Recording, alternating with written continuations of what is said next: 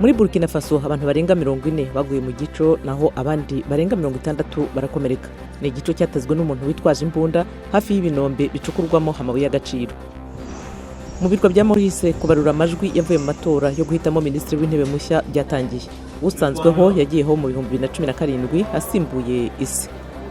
Igihugu cy'u Burundi cyugarijwe n'indwara ya malaria imaze guhitana abantu bagera ku 1,800 kuva mu ntangiriro z'umwaka kugera hagati mu kwezi kwa karindwi.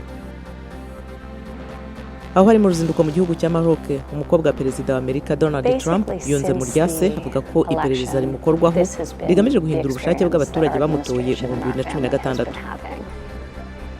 Naho muri Afurika y'Epfo abihinduje igitsina bakora akazi k'uburaya batagira aho baba barahatanira uburinganire mu gihugu rukumbi cya Afurika cyaciye ivangura rishingiye ku mahitamo y'uwo umuntu yifuza kubana nawe.